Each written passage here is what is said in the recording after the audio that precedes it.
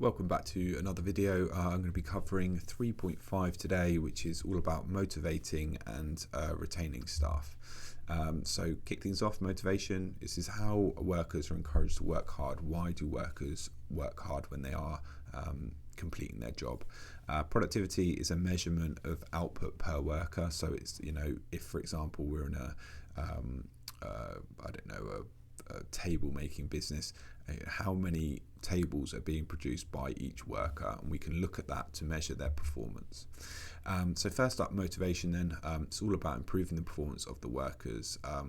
Employees should be motivated, and if they are, that should lead to better performance, higher retention, so staff staying put, and less turnover, so less staff leaving. And we've just looked at some of the costs involved in replacing workers in the previous video.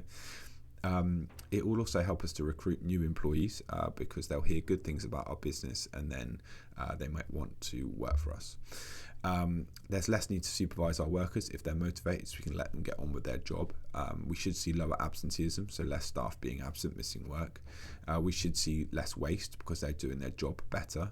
A better delivery of services and customer service and things like that, and also increased demand. As if we've got a motivated workforce that are really happy and smiley and stuff, that should also reflect onto the customers, and they should also experience that good customer service. Retention is all about keeping staff.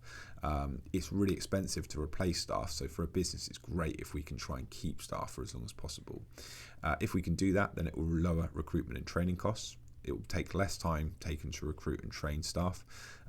We can maintain an experienced workforce, and it's going to have a positive impact on the business reputation, keeping the retention nice and high. Turnover of labour, or sometimes known as the labour turnover. This is the percentage of staff that are leaving over a given period of time. There's a formula for this, which is simply employees leaving, divided by all of the employees times by 100. For example, in this situation here, if 4 people leave a business and they have 27 employees in total, you do 4 divided by 27 times by 100, which means 14.81% of staff are leaving. Here's 3 really simple questions on labour turnover, so you might want to pause this and then I'll show you the answers. Here's your answers. Now obviously out of these 3, the one at the bottom has the lowest labour turnover. Now if the one in the middle, 57.14%, that's obviously a big problem for that business because they've got over half of staff are leaving within a year. Okay, so how do we motivate people? How do we motivate our employees? Well, there's 2 different ways: financial and non-financial methods of motivation. So we'll start off with the different financial types, but they're listed there for you. So the first one is pay. There's 2 basic ways in which we pay employees: a salary and wages. Salary is a yearly amount that we divide up into monthly payments, and wages is based on how many hours you work and at what payment you get paid for that hour. So for example, if you work 40 hours at £9 an hour, you would earn £360 wages. That's the difference between a salary and a wage. So here's 3 more questions to do then on salary and wages. If you pause this, give them a go, and then I'll put the answers on the next slide. Here's your answers. Okay, so what's good about pay then? It should motivate workers to get their job done well, makes workers feel very valued. Pay is obviously a business cost, and we may need to be used alongside other different forms. So we may pay staff and also give them bonuses when they complete specific jobs. The next one is profit sharing.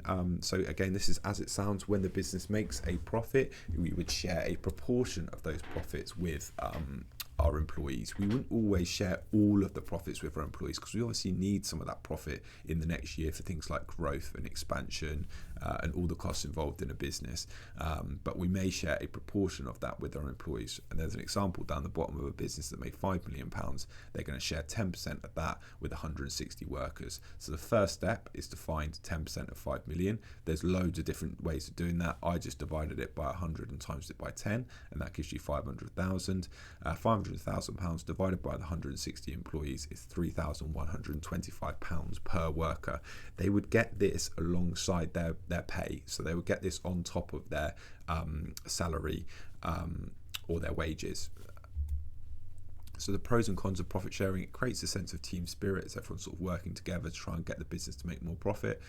It may improve employees' loyalty. If they know, say it's January, and that they know they're going to get a profit sharing at the end of the year, it may encourage them to stay until they get their profit sharing. Shareholders may not be happy with this though, because they might want their dividends, and this will be taken away from them. And also that any costs involved with this profit sharing is reducing the profits overall for the business. Here's a few more questions. Feel free to just pause this before I put the answers on. Here's your answers. Obviously for question 3, they didn't make a profit. I put it in brackets, but yeah, they made a loss, so therefore there's no profits to be shared. Okay, up next is bonuses. Again, this would be on top of your pay, so your salary or your wages. This would be, you would get a bonus if you receive, if you complete some sort of measurable bit of performance. And we usually do this within teams. So an example of this is a £100,000 team bonus, and we've got 40 people within the team. So we just do 100,000 divided by 40, which means each employee within that team would get £2,500, as I said, on top of their salary or wages. This is good because it should lead to improved production, because you're more motivated to complete the task, morale improving, staff staying. Bonus is a cost to the business, obviously, so that's not so great for the business. And workers that don't receive the bonus may be demotivated. So maybe if you're not in the right team, or you didn't quite meet your bonus, you won't get it, and that might be quite demotivating. So here's a couple of questions on bonuses. So pause it here, and then I'll put the answers on. Okay, here's your answers. So this is a little recap. Feel free to pause this and have a go at some of these questions if you like. Okay, the next one is fringe benefits. These are benefits sort of other than money that a worker may receive. However, and if you look on the internet, sometimes fringe benefits comes under non-financial. Within OCR GCSE, it is a financial benefits. Just bear that in mind.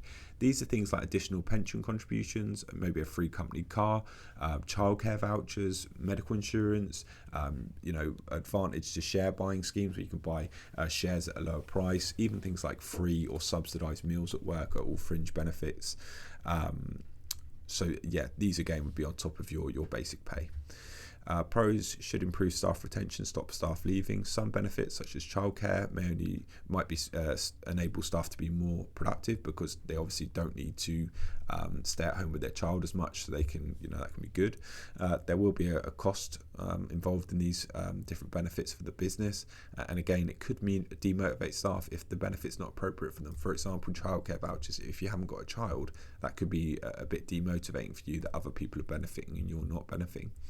Okay, we've got 3 more to look at, which are non-financial methods of motivation. So how do you motivate staff without money? So the first one is praise. So this can be quite informal, just a well done, or it can be a formal, up the front of assembly or whatever it might be.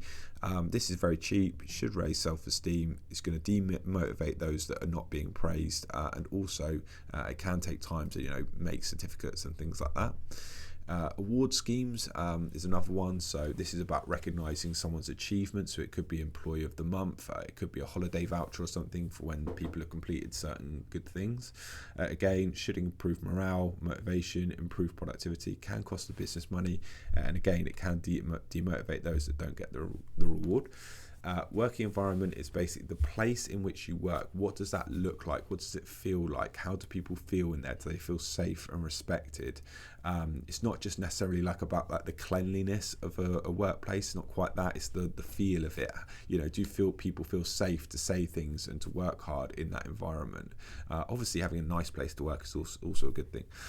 Business may try to improve this by organising events. They might do things like team building activities to try and improve the working environment. So they might do like a staff paintball afternoon and things like that. Again, staff will feel comfortable if the working environment is good. That should lead to better productivity.